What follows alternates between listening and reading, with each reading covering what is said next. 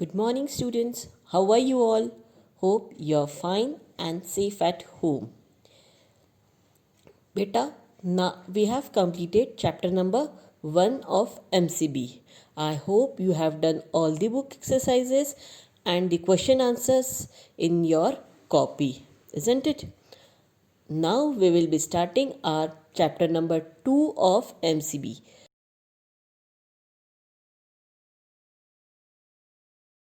So please take out chapter number 2 of MCB, page number 12. Taken out? Yes, what is the name of the chapter? The Villager and the Glasses. On page number 12, warm up. Warm up. Write the names of these things in correct shapes. Some of the shapes you have given circle, square, oval and triangle. आपको बेटा ये अलग अलग shapes दे के रखे हैं. उन shapes को आइडेंटिफाई आपको डिफरेंट थिंग्स दे के रखी है. उस डिफरेंट थिंग के जो शेप्स होंगे उसके नाम आपको प्रॉपर शेप्स में लिखने हैं. सर्कल में क्या सर्कल है आपका, वॉच है ना, तो वॉच लिखोगे आप सर्कल में. स्क्वायर में आपका कैरम बोर्ड है तो स्क्वायर में कैरम बोर्ड लिखोगे. ओवल में आपका एग है. ट्रायंगल में आपका एक्समस ट्री है. ऐसा आप सारे आपका ये वर्क बुक में कंप्लीट करेंगे. Okay, I will ask you that you have done और not. Now page number 13 we will be starting our chapter. Where I am reading you have to put your fingers. जहाँ मैं पढ़ रही हूँ आपको आपके fingers वहाँ रखने हैं. There was a villager. He was an illiterate person. एक गांव में एक विलेजर रहता था और वो कैसा पर्सन था? Illiterate. Illiterate means what? What do you mean by illiterate? Uneducated, जो पढ़ा लिखा न हो. The person who is not able to read and write is called as illiterate person. There was a villager. He was an illiterate person. He did not know how to read and write. उसे पता नहीं था कि वो कैसे लिखे कैसे पढ़े. He often saw people wearing glasses for reading books or papers. वो हमेशा देखता था कि लोग मालूम है बुक्स पढ़ने के लिए या फिर पेपर पढ़ने के लिए ग्लासेस यूज़ करते हैं. He thought if I have glasses I can also read like these peoples. अब वो सोचता था कि अगर मेरे पास भी ग्लासेस होंगे तो मैं भी इन लोगों के जैसा पढ़ सकूँगा. I must go to the town and buy a pair of glasses for myself. बोलता था मुझे भी टाउन शहर जाना पड़ेगा. टाउन मतलब शहर. मैं भी शहर जाऊँगा और मेरे लिए एक पेयर ऑफ ग्लासेस लेके आऊँगा.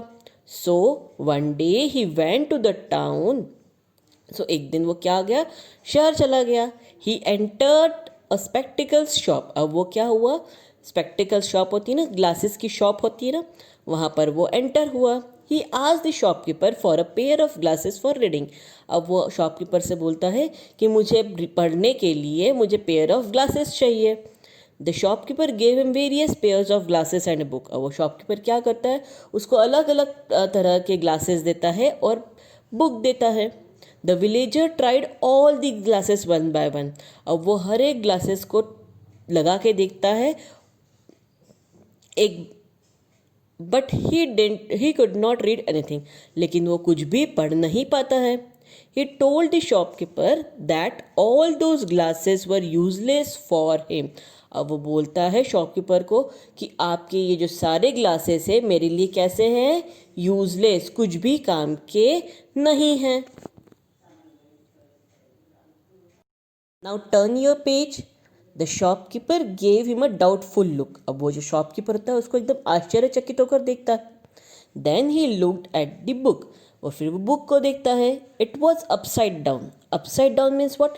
Inverted manner. जैसे आप भी कभी कभी जल्दी जल्दी में उल्टी बुक्स पढ़ लेते हैं, पकड़ लेते हैं ना, वैसे है. उसने देखा कि ये बुक तो अपसाइड डाउन है, इन्वर्टेड मैनर में है ये बुक तो. The shopkeeper said perhaps you don't know how to read. अब वो बोलता है शायद आपको पता नहीं है कि कैसे पढ़ना है. The villager said no I don't. वो बोलता है, विलेजर बोलता है हाँ मुझे नहीं पता है कैसे पढ़ना है. I want to buy glasses so that I can read like others. अब वो बोलता है मुझे भी दूसरों की तरह ग्लासेस लेने हैं ताकि मैं भी उनके जैसा पढ़ सकूँ.